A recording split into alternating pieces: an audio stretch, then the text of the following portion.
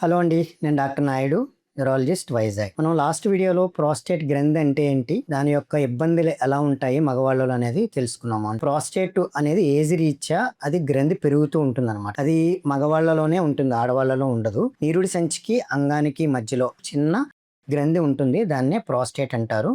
అది వీర్య కణాలకి food supply చేయడానికి ఉపయోగపడుతుంది. అరౌండ్ 70-80% మగవాళ్ళలో దీని సైజ్ అనేది పెరిగే అవకాశం ఉంటుంది. మన వయసు పెరిగితే తెల్ల వెంట్రుకలు ఎలా వస్తాయో, మొహం ముడతలు ఎలా పడతాయో, అలానే ప్రోస్టేట్ సైజు కూడా ఫిజియోలాజికల్ గా ఏజ్ రీత్యా పెరిగే అవకాశం ఉంటుంది. అది ఎప్పుడైతే పెరుగుతుందో యూరిన్ రాకుండా అడ్డుతూ ఉంటుంది, కాబట్టి నీరుడి సంచిని ఇరిటేట్ చేస్తూ ఉంటుంది అన్నమాట.